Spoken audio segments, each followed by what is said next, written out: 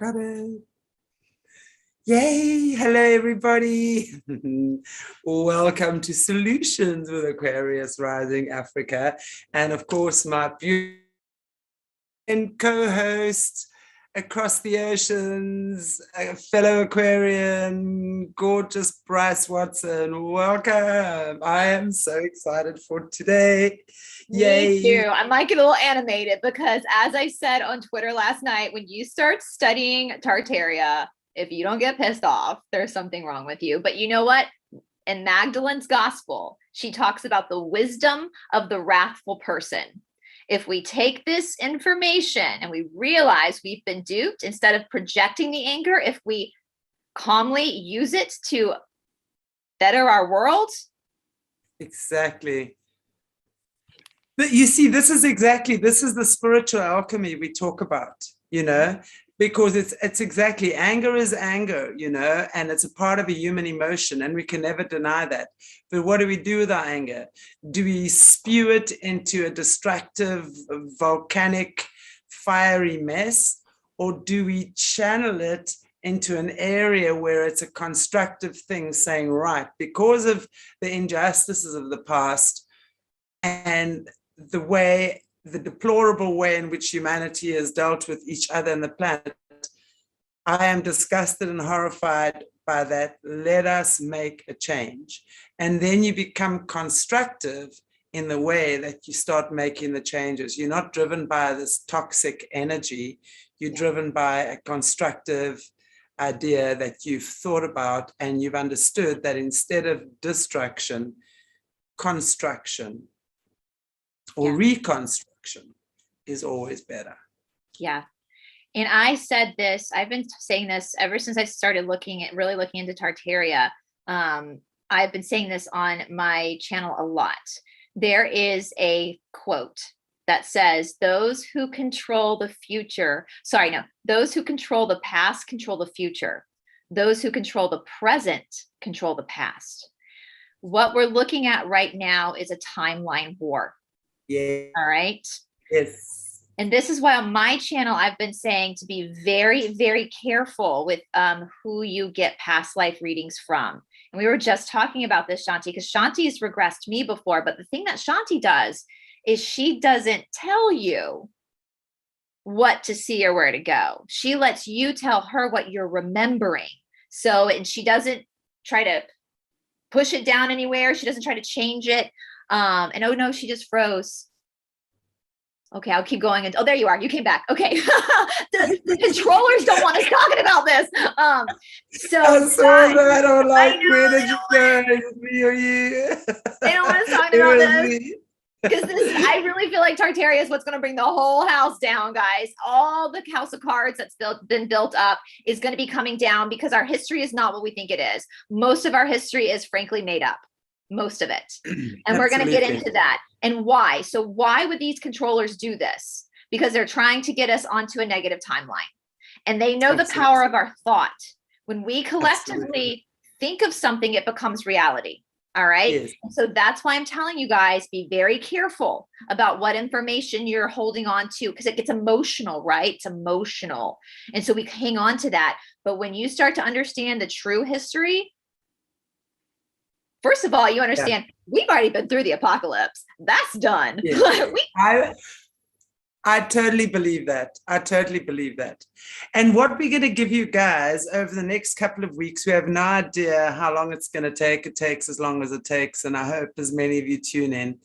I'd just like to say from the get-go, this is the disclaimer, neither BRICE nor myself are experts on the subject of Tartaria. We have not geologically gone there to dig up artifacts and what have you, but both of us have watched with a lot of interest the series called The Lost History of the Flat Earth. Now that came to me when we interviewed on this channel a month ago, Dave Weiss, who's also known as Flat Earth Dave. Mm-hmm. Now, it was such a fascinating documentary to watch. I mean, I was just saying to you, BRICE, off air, that I could not wait for the next installment. I mean, it's a lot. The one is 6 hours and the other one is 8 hours, although it's a lot of similar stuff. And there's a whole lot of new ones coming out now as well. But what a fascinating topic. And I just could not get enough of it. I've watched them, both of them, the 6 hour and the 8 hour. And as I said, there's a lot of overlapping information as well. But with such fascination. So what Bryce and I are doing is really, Bryce has done the same. I mean, I remember I sent that to you and I said, watch this. And it's just amazing to be able to talk about this. So what we're really doing is we kind of not decoding, but we're going to be going through 3 episodes per day or per series of what's in the lost history of the flat earth. And we're going to be talking about what they're saying in the episodes, our take on it, our opinion, and we would love for you to chime in as well. And maybe for you, our viewers yourselves, to actually go and watch the series and give us your opinion. Again, no one is trying to force you to believe anything else than what you choose to believe in. But we are definitely, we like to shine a light on topics that have been hidden for a long time. So you get to decide what you want to do with it. You're either going to go, wow, that works for me and it totally resonates and that might spark up a million ideas within you and memories or whatever, or you're going to go, what a load of poppycock. But either way, you know, that's your opinion. We're giving information, we put it out there. That's what this channel is about. And it gets us talking about things. It gets us discussing things. It gets us thinking about things. It gets us realizing there's so much more than what we've been taught, what we've learned. There's so much BS that we've been taught and learned. There has definitely been a civilization and probably a lot more before us on this planet. And this is showing us proof that there have been previous civilizations. And, you know, this proof, in my opinion, is irrefutable. It is irrefutable. If you're a critical thinker, you're going to really think, and I know that's a trending word right now, but I like the thought of being a critical thinker. It means you actually sit and you can weigh up both sides and you can see it and think about it and not get emotional and lash out and what have you. But if you can sit and think about these things and assimilate it and see what we been taught in recent years and what our ancients, the secrets and the mysteries that the ancient civilizations are held within this earth, it never has gone away. You see, it might be buried, but it's never ever dead. You know, there's a beautiful Mexican proverb that says, they buried us, but they did not know we were seeds. So now, whatever knowledge and information the controllers have thought that is being buried, you know, it's coming up again. And it's just such exciting times. I'm just so excited to be living right now. Me too. It's like the William Faulkner book, The Unvanquished. We're the unvanquished. We're the undefeated. Yeah. Because we're smarter than they put a lot into duping us. And for many years, many years, you know, this whole thing, it's many, many years. And that's what in this series, he says the quote from Napoleon that history is a set of lies agreed upon. That's what history is. And I put on my Twitter last night, I mean, history has I know that's probably not shocking. I always loved history as growing through school. I never had to study for a history test all through school, no history exams, because I retained it. I was fascinated by it because it's a story of people, right? And I always wondered why I had that ability to retain the information. And now I think it's because of stuff like this. Now we can go back and like pull it all down, right? And I will say, even for myself as an American, a white American, we were told this story about how our ancestors got on these boats and came to the New World to establish a new country. and starting in what, the 1500s, 1600s. Well, after digging into Tartaria, that's a load of bullshit. Wow. We were placed here at the end of the 1700s. That was a load of bullshit. Absolutely. Absolutely. And how weird is that to say? Like, no, we were placed here. At the very least, guys, this should get you questioning everything. It's going to get you questioning everything. So should we maybe look at the first thing? And sorry, I'm just going to get my techno whizzy self all sorted, yeah? Yes. Because I would love for us just to maybe go through. Let's look at the first thing. And I know you've got some pics there, haven't you? I've got, well, I have some pictures already pulled up, but then as we go, I can pull up more pictures depending on how far we get today. Okay, perfect. But the first pictures I pulled up was the first, like, there's a bunch of gut punches in this docuseries. Like, there's one gut punch after the other, but I feel like these gut punches are when your body, your nerves, your spidey senses go, oh my God, this is true. Yeah, absolutely, for sure. And so, I know the chapter 1 is called Buried in Plain Sight, which is literally what Tartaria is. It's buried in plain sight. It's in front of our faces, guys. And he brings up, you know, so if we look at it, and right now, as far as I've seen, he doesn't even really talk about the flat earth as much. It hasn't gotten into that yet. And as far as I'm concerned, regardless of whether you are a flat earther or you think the earth is round or whatever, somewhere in between, it doesn't take away the fact that we have this evidence of Tartaria, right? And we know that there's a firmament that's over us. I think that's in the Bible. It's like, I keep thinking we're like a snow globe, you know, like a snow globe.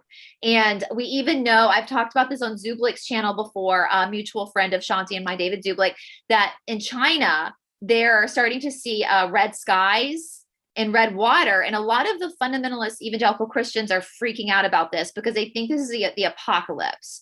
But I know this makes people upset, but it's true. The church, all big religions, the church, which he gets into in this series, are part of the satanic system, right? They want to keep us at a low vibrational frequency of fear. We've already been through the apocalypse, okay? And we're probably going to get maybe a little bit into that as we get deeper into Tartaria. The firmament, there's a red above the firmament. It's like blue firmament, red, and then purple, right? The purple is our real sky. And so when you see the sky changing colors in China, that means the firmament is dissolving. The Prince song, I keep calling him the Prophet Prince because apparently a lot of his music was telling us these things. The song 1999, one of my subscribers put this in the comment section. There's a lyrics in his songs that says the sky was turning purple. There were people running everywhere. The purple, wow. And some of the Tartaria stuff, we're going to see that the colors. I've had some memories, some past life memories, which I think was from Tartaria, because the garden was very vibrant that I was in. The colors were very vibrant. They weren't the dull colors we see now. So just keep that in mind, guys, that if you feel like you're feeling that sense of fear, that's where they want you to be, because they want to get us on that negative timeline. They want to get us to the Great Reset, not the New Earth. We want to go New Earth. That's why we were put here, was to go New Earth. So, all right, where do you want to start with the first episode, Shanti? Well, the first thing that, I mean, and as I was rewatching again, what obviously struck me was that in 1895, the first power tools was invented, which was created by manufactured by a German company, and that literally was a electric motor, first power tool, electric motor, and manual drill. Yes, that combined, and that power tool weighed 16.5 pounds. So that was in 1895. That was the first power tool that was manufactured. Okay. So once again, guys, I put that was my 1895, guys. First power tool. That's really important to remember. That's what we've been told. That the first power tool was created in 1895. Yeah. And then in 1957, Bosch began designing bulk power tools which were then more for industrial use, and they made them for domestic use or home use, whatever you call it. But that only happened in 1957. So between then and then, there was pretty much a manual drill and a electric motor that was used. So the question then would be, is that with these power tools available to humanity, or that power tool, how the heck were these massive, beautiful, ornate, incredible structures built? But not only that, there was canals, I mean, highly sophisticated canals that was had. Can we pause on the Erie Canal quickly? Because that's huge for Americans. I've talked about the Erie Canal a lot in my videos, because a lot of people talk about with the massive Irish immigration into the United States with the potato famine, a lot of the Irish found work with the Erie Canal. But let's reevaluate this.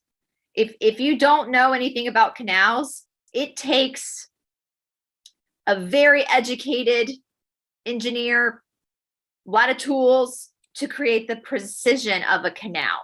So the Erie Canal was built, they claim that it was built between 1817 and 1825.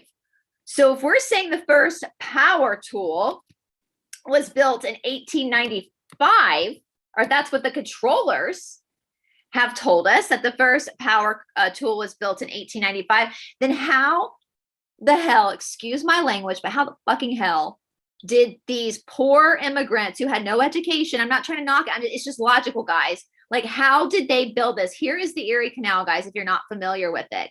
It runs, see this is precision, guys. In 18, I mean, this is, if we look at what they've told us, 1817, that's not long after the American Revolution. So you're talking about people hopping around in horse and buggies, lighting candles at night just to go pee in their outhouse. But yet they could build an Erie Canal? Exactly. But not just that. I mean, there was a whole lot of castles at that stage, the pyramids, everything like that. All these amazing places were being erected. I mean, the Erie Canal, as far as I know, is like 363 miles long. Yep. It goes all the way through New York, right? See here. So here's Canada, New York State. You guys can see that. And there's so many canals all over the world. And one thing I will say that he brings up a lot, and I've kind of realized this too, I think a lot of us have realized this, we have been trained to trust the experts.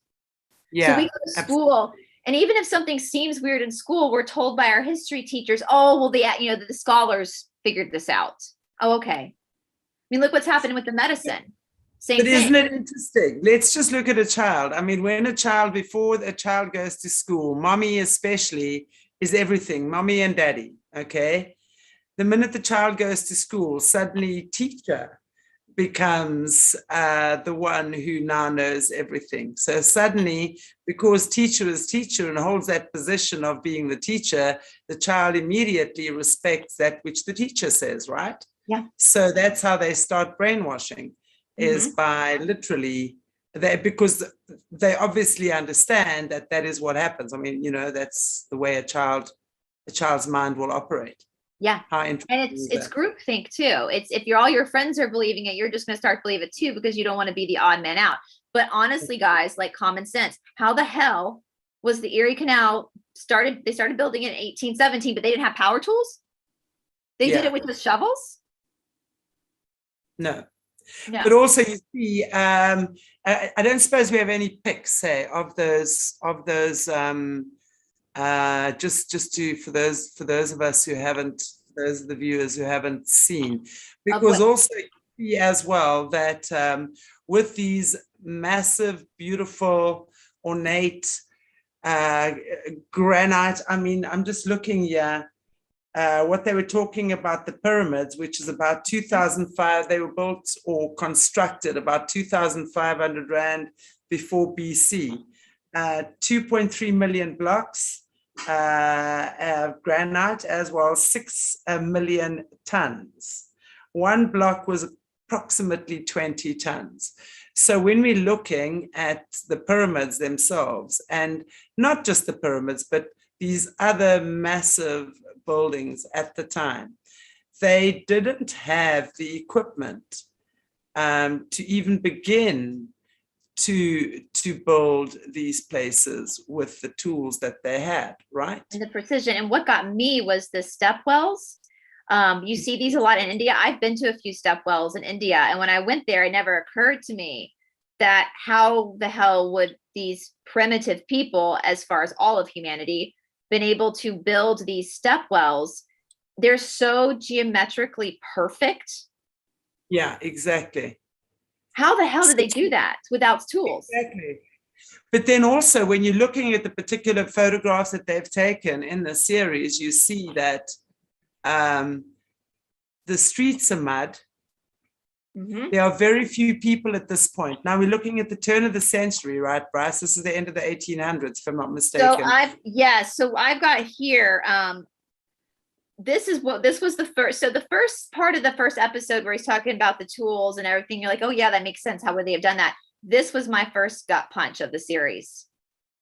Yeah. Were these photographs of these cities. Exactly. And you can see these cities are massive, with these massive, incredible, beautiful domes. And as we said, the castles, the canals, the pillars, whatever you call those things. I mean, just incredible. Yet you're looking at that time, you're looking at the streets that are mud, and the people are walking, or they are in mud, donkey carts, horse carts. So, and then you also see that some of the structures which they built themselves are really wooden shanties, yeah, next to that. So then there was also pictures of the structures that the people of the time had built, and it's nothing compared to these beautiful, magnificent, incredible structures that these people. And if you guys go look, you can Google, like this is, I just Googled 1860 St. Petersburg, Russia, empty streets. So, and he kind of makes a joke about this. You can find all these photographs. Look at that. There's no one there. There's no life here. Exactly. So at this time, we are told that a city like St. Petersburg in Russia had a population of 500,000 people in 1860. How come there's no one on the streets in these pictures, in these sprawling cities? What's going on? It's not like there was a cell phone to do a group emergency text, like lockdown. There's literally no life here. There's no animals. Where are the birds? Where are the squirrels? And you literally see these massive cities like they are today. Cities like, I think it was St. Petersburg, Edinburgh in Scotland, Copenhagen. Moscow. Yeah, all of these places, these huge cities, these huge, ginormous, incredible buildings, hardly any people at all. Look, here's what you were talking about, Shanti, with the shanty houses. So this is what the people of the 1800s were able to build themselves versus the buildings we see in St. Petersburg, Moscow, Toronto was one. So it's not just European cities, guys. We go over here, 1860s Toronto, empty streets. Where are the people? Where are the people? Rio de Janeiro in Brazil. Where are the freaking people? Okay, so Canadians, you allegedly share a history with the Americans. If you're a white Canadian whose parent or family immigrated from Europe, 1860s in Toronto, you should have been building a city. Where are the freaking people? Why are there empty cities? Obviously, someone took the picture, which I think we can get into who was actually taking these pictures. And why, when we look at these beautiful cities with these elaborate buildings, why are the streets so muddy? You would think that if they had the ability to build these beautiful, detail-oriented buildings, they would have had also, in the same breath, would have had beautiful streets too. Why are the streets so muddy? The Ottawa And- Library and Parliament. That was a good one. So Ottawa up in Canada in the 1800s. Why does the building look so European?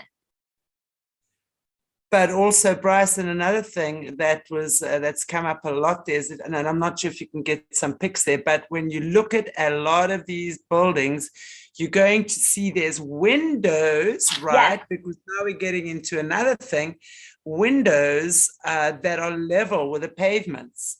Let me see if I can find, because yes, and that I'll tell you guys a little. So this kind of gets into, and I might be jumping the gun saying this, but this gets also into the fact that our geography is not what we think it is, that they've moved artifacts around.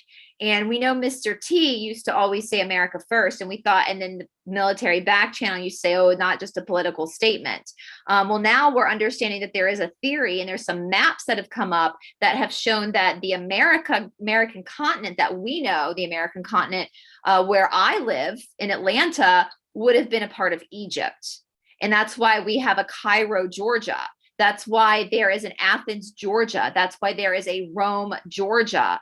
Atlanta, where I live, used to be called Marthasville, but then they changed the name to Atlanta. What does that mean? Is there something having to do with Atlantis here? What are they not telling us? So when we look, and where I grew up, right outside of Atlanta is a city called Rome, Georgia. And they had that same issue. When I was a little kid, let me actually look it up for you guys. They had this Broad Street, which is downtown in Rome.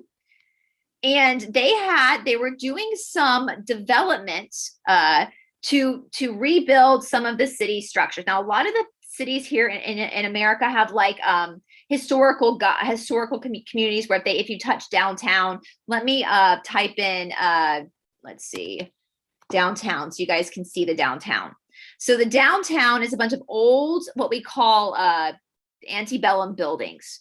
Well, they went to go resurface some of these buildings, and they realized that there were all these other floors under the ground that they didn't know were there.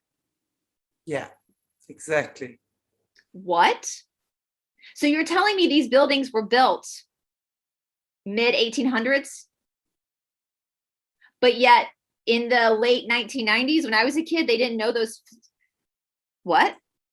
Yeah. You didn't tell me that whoever built these buildings didn't take notes and write down that they were discovered just during renovation? What? Doesn't make sense. Doesn't make sense. So I wonder, I'm gonna try to find more pictures of that, Shanti, of the windows, first of the ground floor windows. But then you also see, while in a lot of the pictures that were taken in the series, is that a lot of the people that were, or shall I say, the few of the people that were living there at the time, they are using shovels with horse and cart to dig away the mud. Mm-hmm. Because there's obviously been some kind of an earthquake maybe, or a mudslide. The quality of the soil, and I know, guys, I'm not a geologist, I'm sorry, but if you actually look at theories, they explain how it works with the soils and what happens. And literally at the turn of the century, when these guys were living there and taking away the mud with the shovels and what have you, it had obviously been quite a recent thing that had just happened, right? These mudslides or earthquakes or whatever it was. Because what it shows as well is that as they dig, there are meters and meters and an entire different floor underneath the mud.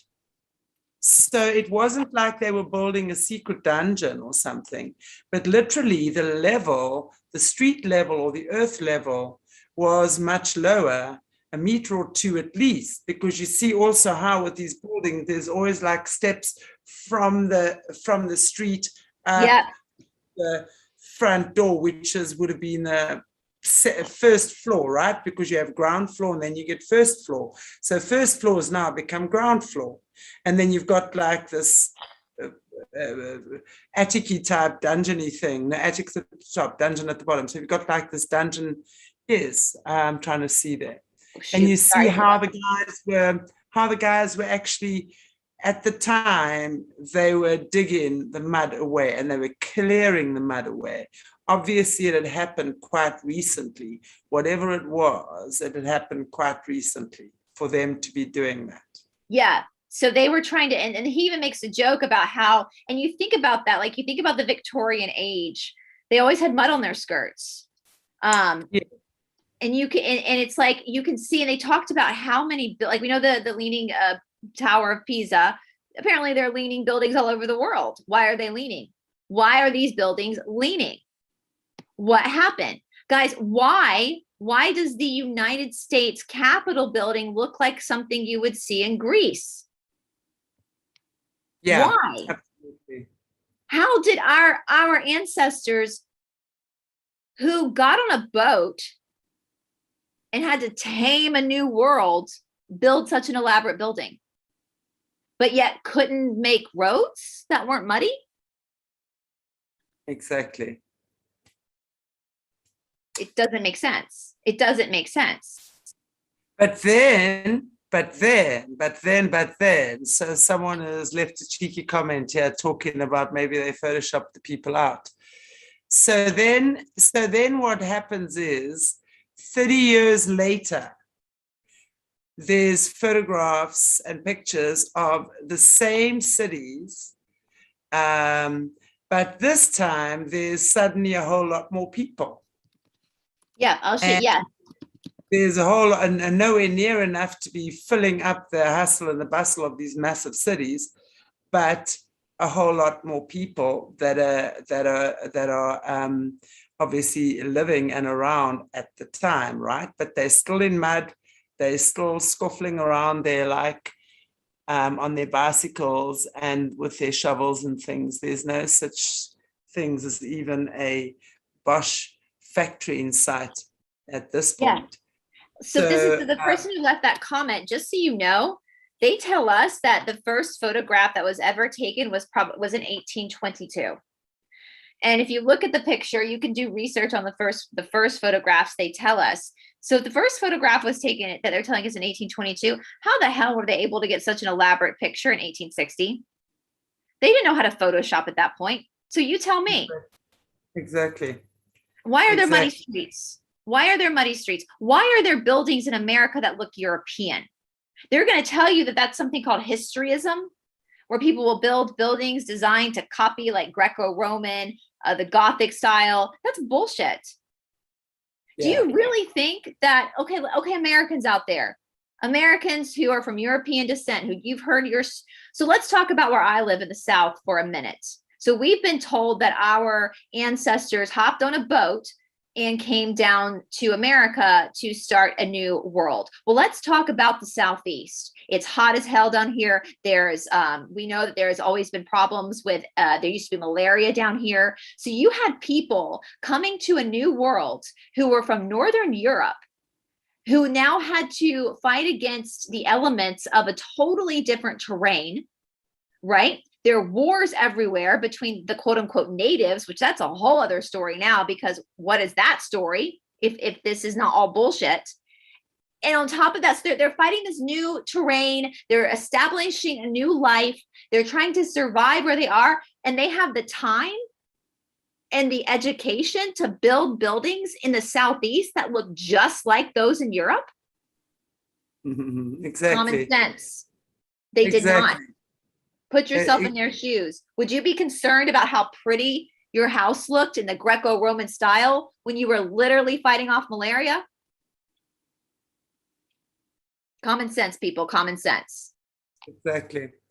And it's like, think about how we've been brainwashed to believing what they tell us, Mm-hmm. How many tour guides are there that take unsuspecting tourists to all these great touristy sites and things in every part of the world, and they've given this narrative to feed the public about this happened then. How few people actually question the validity of what they're saying. And by now, when we're looking at stuff like this, we can actually see that. We can see how we've duped ourselves, really. I don't want to say they've duped us, because we've actually duped ourselves, really, at the end of the day, right? Yeah, I mean, and this too. I mean, they talk about the Arc de Triomphe. Guys, we have arcs in Atlanta. Guys, we're going to get to it not this time, but these yeah. arcs are fascinating. But this is just something for you guys to consider. Where these arcs are, just think about this. So especially for the Americans, this is what got me, because as an American, why do we have all this stuff in America? Why? Should we talk about San Francisco, Shanti? Because that was a gut punch for me too, was San Francisco. Go for it, absolutely.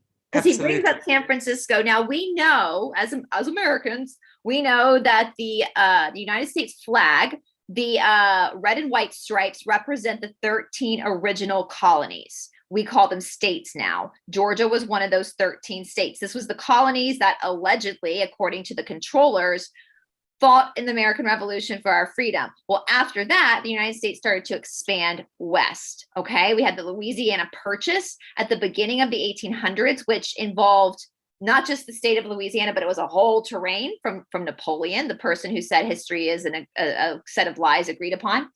And then we have the traveling out west. Now, we are told that the Mormons traveled out west. And by in 1846, so 1846, there were under 500. I'll find some pictures here after I tell you guys. There were under 500 Mormon settlers in the area of San Francisco. So where San Francisco is now in 1846, not 1646, not 1746, 1846, there were under 500 Mormon settlers. Atlanta, Georgia has 6 million people in it, and we're considered a medium-sized city. Under 500 people in the area, the land that is San Francisco. But by 1877, San Francisco had a population, allegedly, of 200,000 people. How the hell? Also, let's look at the city of San Francisco. How the hell, in that short amount of time, did all of these Mormon settlers build a city big enough for 200,000 people? And this city is bigger in these pictures than a population of 200,000 people. I know some Mormons who had ancestors that went across the frontier. That was not a luxurious trip. People died, they got sick. There were wars raged on them, but then they had the time to go and build an elaborate city like San Francisco? I think not. I think not. And in some of these pictures of San Francisco, which you can see in the documentary, where are the people? Again, I ask you, where are the people? Where are the birds? Where are the squirrels? There was one picture he found that had one lone horse. Yeah, it was a lone horse, and you could tell by the shadow, I think, because there was a pole there that the picture was taken at approximately midday. Yeah. So, and then, I mean, like, where are people at midday? It's lunchtime. Surely we're bustling around. But I think that becomes very clear, you know, if the viewers want to go and investigate this further, and I highly recommend that you do. It's fascinating. As I said earlier on, Bryce and I are certainly not geologists and Tartariologists. You know what though? I can ask my stepdad is a geologist. I can have him watch this and see if he could come talk to us. Yeah, he's a geologist. That'd be really cool. Yeah. But it's really, at the moment, it's really us having watched this. Absolutely, both of us completely fascinated by what we've seen, and just putting it out there for discussion, throwing it out there. So leave us your comment. Tell us what you think. Would be great. If you haven't already, highly recommend that you watch it. And I'm sure Mornay, who is probably moderating right now, maybe can post even the link for the series of which we're talking. So we're looking at doing about 3 episodes a series. So we'll be doing 3 episodes a week. and just chatting about what it is. And you're welcome to chime in the chat section and give us your comments. And I'll share it on my Twitter too, guys. If you follow me on Twitter, I will post after we get off. I'll go immediately and post a link to the full documentary, so you can go take it off of my Twitter, and watch it yourself. Because right now we're just scratching the surface. Yeah, he's gonna get into why things look the way they do and what the purpose was. This is just the beginning. Is just for you to scratch your head. Have you ever been to San Francisco, Shanti? No, I've not. I love San Francisco. So I lived in Los Angeles for a long time, and I'm definitely more of a Northern California girl when it comes to the beauty of the Northern California. It's a big city, and it looks like it literally, you feel like you're in a European city. Wow. But yet under 500 Mormons did that. Well, I power tools. It's exactly. I mean, I think it's definitely, and that's why I say, open your eyes. Let's see what's on there. Let's just see, just have a look out of curiosity. No one's trying to convince you of anything. Have a look, check it out of curiosity. If it's not your thing, all well and good, move on to whatever is. But I personally have found this absolutely fascinating, one of the most incredible, and I say riveting because I did find it riveting to watch. You can only, anyway, I could only watch an hour and a half at a time, and then I've got to get up. Oh, hang on, let me think about this, and have that process, and off we go again. But so we're moving into the third episode now, I think, which is really about the incubators. This is crazy, guys. When I first watched this, I was sitting in my bed and I broke out into a cold sweat because I was like, holy shit.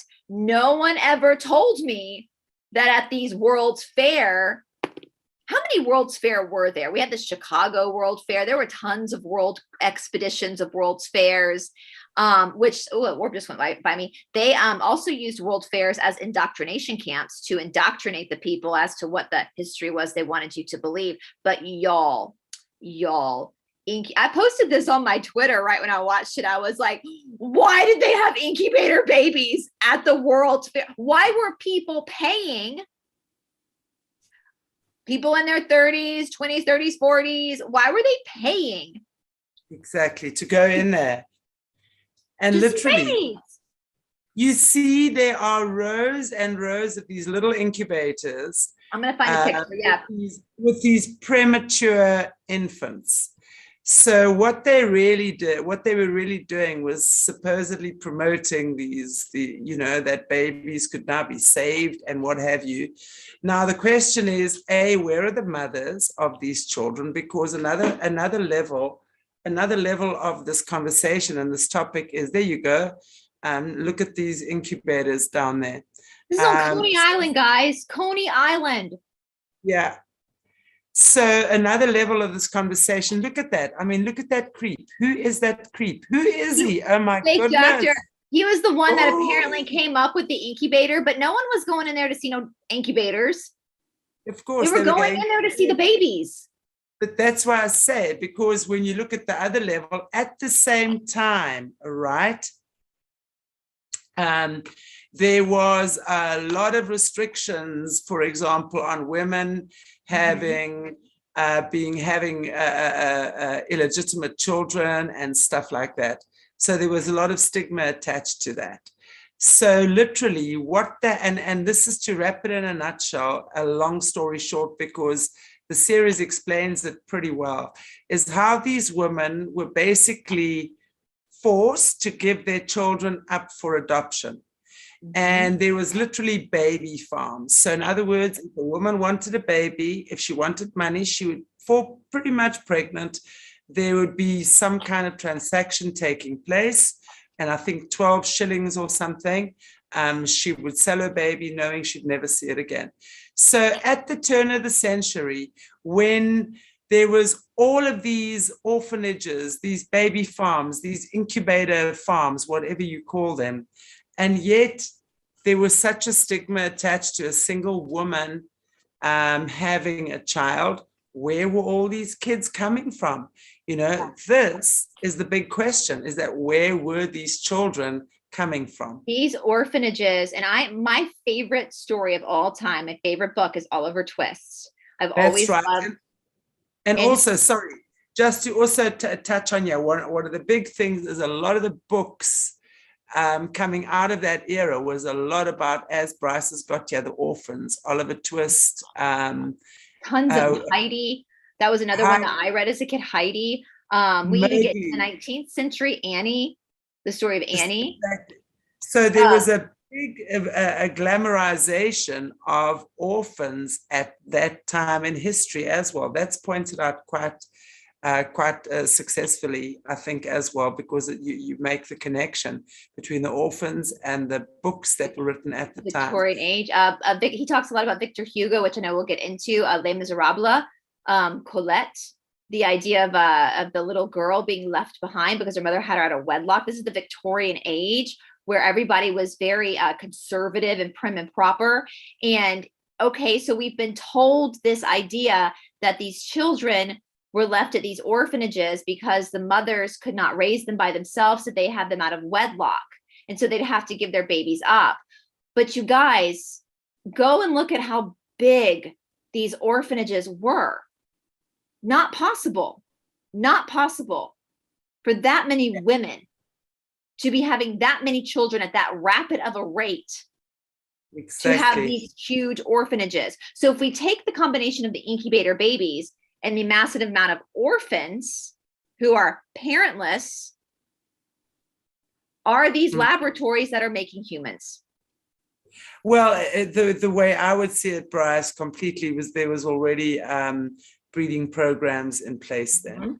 Because, and also these massive amounts of women, as you say, that were forced to single moms out of wedlock, or if the family could not look after that child financially, that child was taken away and then put into these orphanages, and then adverts put into newspapers about homes wanted for these children. So these children were paraded around on carpets and red carpets and like animals, to be gawped at by whoever their purchasers were. And let's not even begin to imagine what that would have been about for at least 50% of them.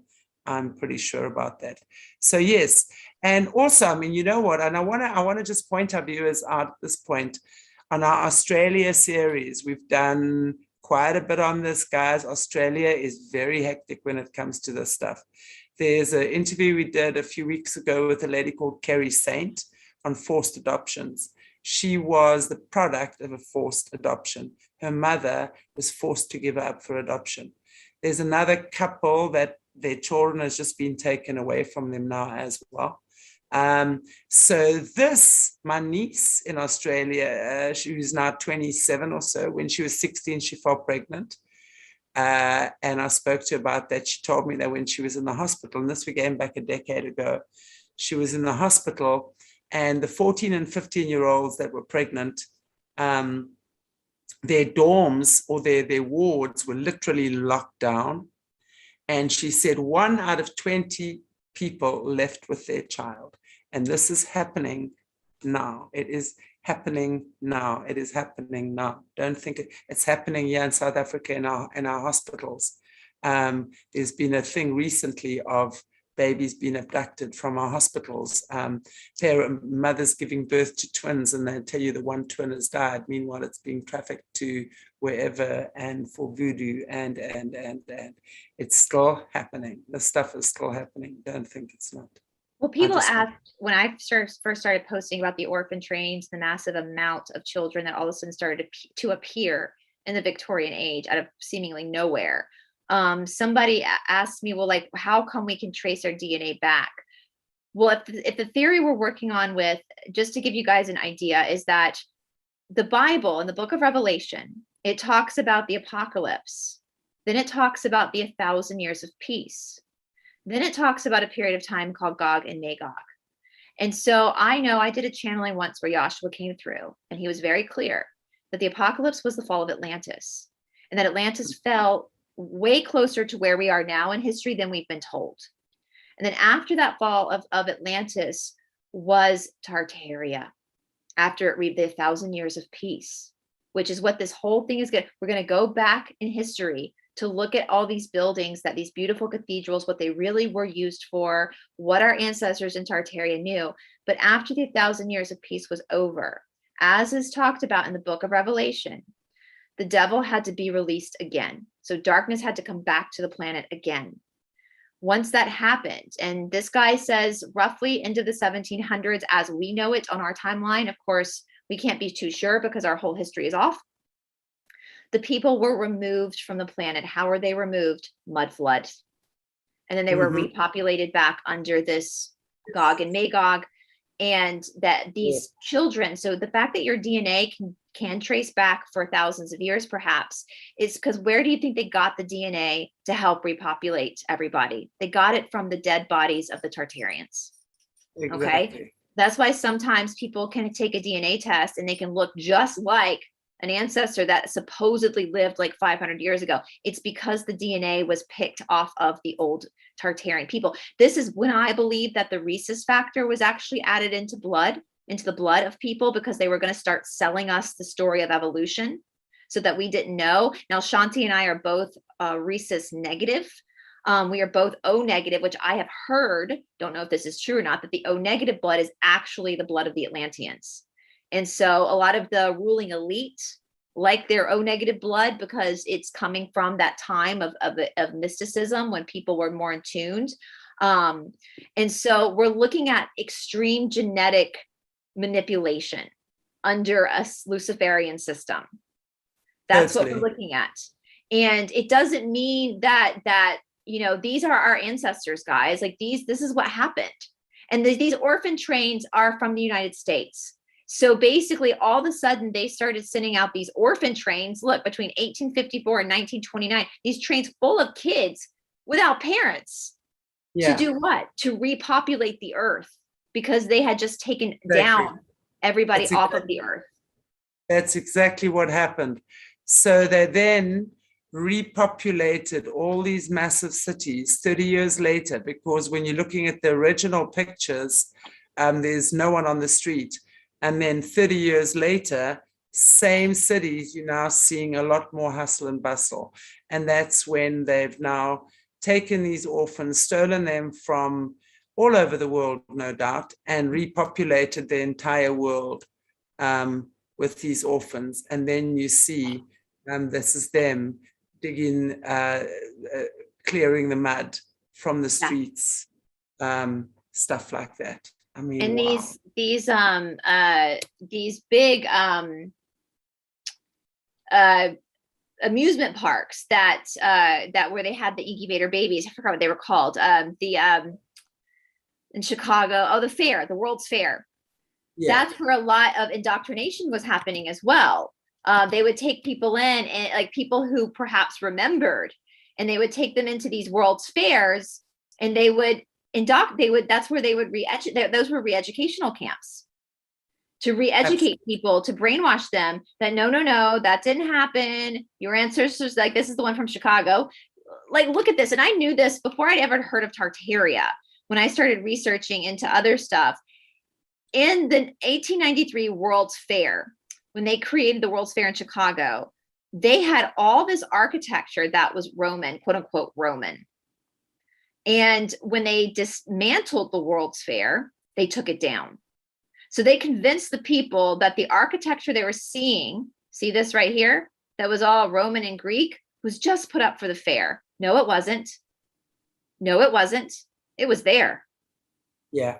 But they were going to put a fair around it, and we're going to take it all down so that you believe that this was what we've been taught, which was Native American ground, which I know is going to ruffle some feathers, but we are all in this together, guys. Whether you're Native American, whether you're white, whether you're European, doesn't matter. We've all been duped, all of us. And they've created division between us. Oh, the white man is bad in America because the white man came here and took the land. No, we were all put here at the same time on the land. They just want to create division. So if we fight between ourselves, we can't see what they're doing. They're the ones that are screwing us over.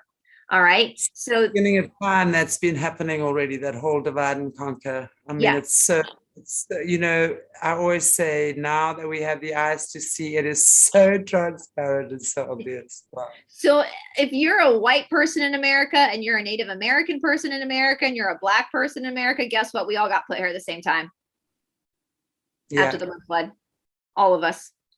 And our ancestors are Tartarian. And we have to reclaim that because these controllers, this is Gog and Magog. This is their last ditch effort. If you read the law of one, it all goes back into the law of one. We're in a third density planet right now, which is a planet of polarity. The planet is now time evolutionarily for the planet to ascend, to grow up, to level, to what they call it, to glow up now.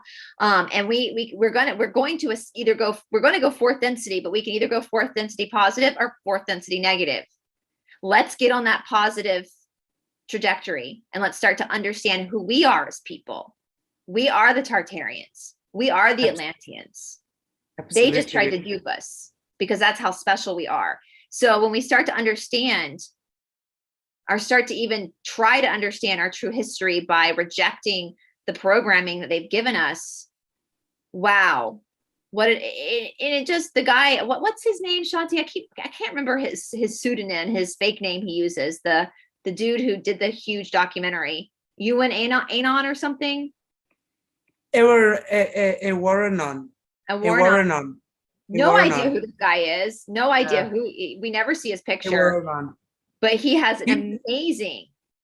He's got such a good style of narration. He's got this British accent, right? And he's hilarious actually with some of these things. It's very well done. So I highly recommend you guys watch it. Yeah. And we're going to get into so the first few episodes is him just showing you the obvious, making you think, but he's going to get into it's so, but honestly, I think in the beginning, maybe you do think, okay, where's this going? What does this have to do with anything? But it is so true. He starts, as you say, Bryce, showing you the obvious. You start looking, you're going, hey, what? And you just can't stop watching. So I highly recommend that you guys join us, and we'd love it if you joined us on this amazing journey, because we've now just covered the first 3 episodes of what that is. And I don't know, is there still anything from your side that you want to add that we've not? I think you guys, a good place to start if you're still not convinced, once again, and go look at the Victorian timeline of the way they conditioned us to behave, to explain away the orphans. Once again, go look around your town, especially if you're not from Europe, or go look around your town and start questioning why. Like if you're in Atlanta, we got some arches in Atlanta, which we're going to get into next time. Why are there arches here? And the secret of water. Of course, I am like, water is just for me. Wow. That's, although I'm an air sign, I'm a water bearer. And when you look at, we are.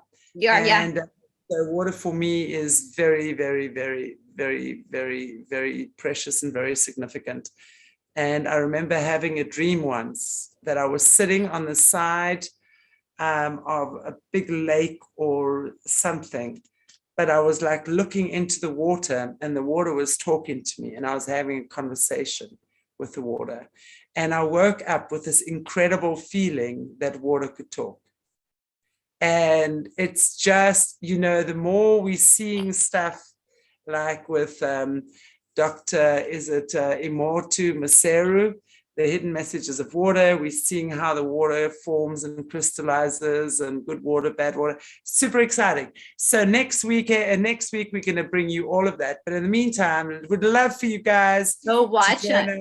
One other thing I forgot to mention that he made a really good point. So especially if you live in Europe, just something to think about, all these old castles in Europe that are damp and cold. There's no plumbing, but yet the shacks where the peasants live were warm. They knew how to keep warmth. And why the hell they had plumbing?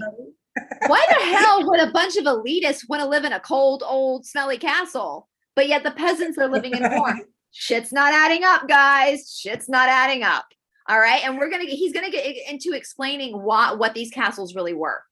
what they really were. I love that you brought that point up, because there was something missing that I kept feeling, and I didn't write it down, so I don't know why. And I'm so glad you brought that up now, because that is such a good and obvious point. Yeah, I think not is what he says, right? Absolutely. There's I'll just be cold and covered in pee and poo as long as I live in a really pretty castle. No, come on. And my servants get to flush their loos, or they get long drops. And they have warmth in their, they have that big, I mean, come on, guys, come on. When he said that, I was like, damn, he's right. I know a bunch of rich people and they don't like being cold. So you know what? Shit's not adding up. Those castles were not for people to live in. And we're going to get into what they actually were in Tartaria, what they were actually used for, which is quite beautiful. So anyway, guys, yes, watch it. Please watch it. Oh, fantastic. Guys, it's been so fun. Bryce, as always, it's just a delight to have you. And I love this topic, and I really hope that you guys are enjoying it as well. It's such food for thought. It's going to open your mind, and you're not going to think about the world in the same way again. It's just amazing. So enjoy. Thank you so much, beautiful Bryce. God bless you. Mwah. Take good care of yourselves. And I will see you back with this lady, the one I'm pointing my writing instrument at. One of the trolls told me I'm creepy because I sit with the writing instrument and I hardly write. It's called a pen, and I have a book on my, so anyway, interesting. So we will see you and beautiful Stephanie Schapp on Monday. Yep. On Aquarius Rising Africa. Do you want to tell the viewers a little bit about what we're going to be chatting about on Monday? Well, so with the whole thing of Tartaria, this kind of goes with Tartaria, guys, what we're going to talk about on Monday. We're going to be studying a particular family line, a particular dynasty that allegedly is the family line of Magdalene and Joshua ben Joseph, the person we know as Jesus. But what history books will tell you is not what we found. And let's just say there is a belief that, since if you go on the theory that where I live in Georgia, Florida, the whole Southeast was like Egypt, the real Egypt, and Israel was the real Grand Canyon, that the real Gaul is Canada. And I brought the Ottawa Library because there's a lot of evidence to support that the real tomb of Magdalene is in Ottawa, Canada. Wow. That goes into the Tartaria stuff. So we're going to bring Stephanie on. So we're actually finding a little bit of a connect the dots and paint by numbers here, are we? Paint by numbers, yeah. I'm telling you, all these subjects seem to be like, we were just talking about this before we started filming, Shanti, that all these subjects seem to be separate. Yet they're all coming together. They're not. The Gospel of Mary that it's attributed to Mary Magdalene, they tell you they found it in a shop in Egypt, but we found that it was actually found in the state of Georgia where I live. Why? So during this pause between Tartaria and Gog and Magog, were they moving around artifacts so we would never know our true history? Well, you know what? The truth what's ever done in the dark will always come to light. And if you live in Ottawa, I guarantee you Magdalene's tomb is somewhere under a government building because they like to do that. Yeah. There will always be some kind of a toomy diggy underneath the thing going on some kind of a potent ley line or something that that does some kind of a dodgy thing, and that now houses some kind of a portal for some kind of a demonic something they're using. Well, and that also means, we'll talk about more of this on Monday, but that also means that if this is true, again, do your own research, that the Canadians are the original French people.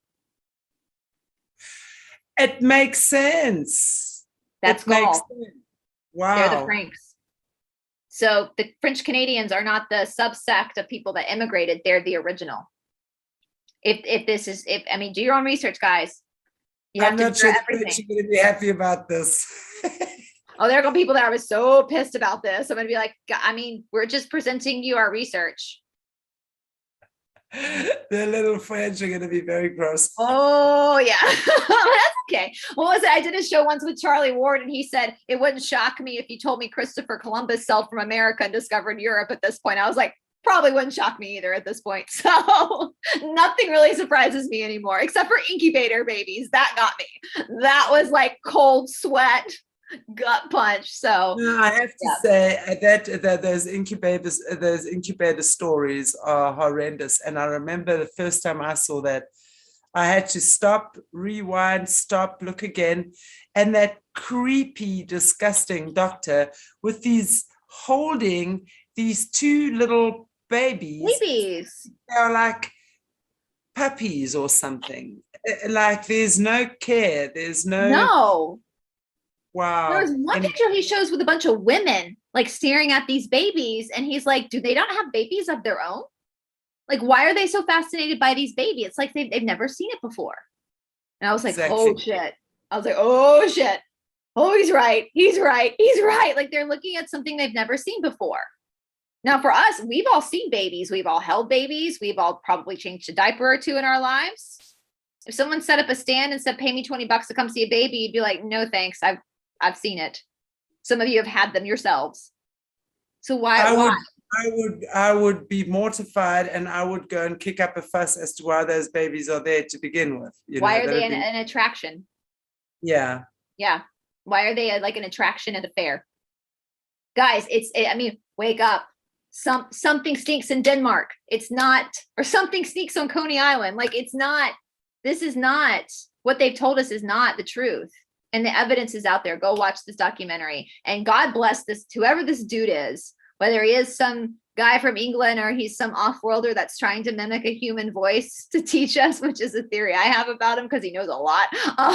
God bless him for putting this out there. So he is amazing, the narrator, mm-hmm. Iwaranon, whatever that means, if that's his name or if that's his AKA, whatever, Iwaranon.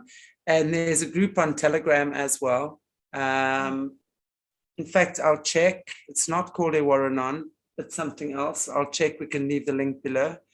But really, guys, do yourselves a favor, watch it.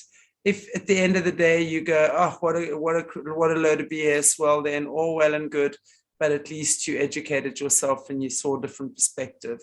Yeah. And I think that more than anything right now is what's so important, right? Yeah. It's a sign of an intelligent mind when you can entertain an idea without accepting it. So at least entertain the idea that history is not what you think it is. Exactly. It's not what you think it is. Exactly. So.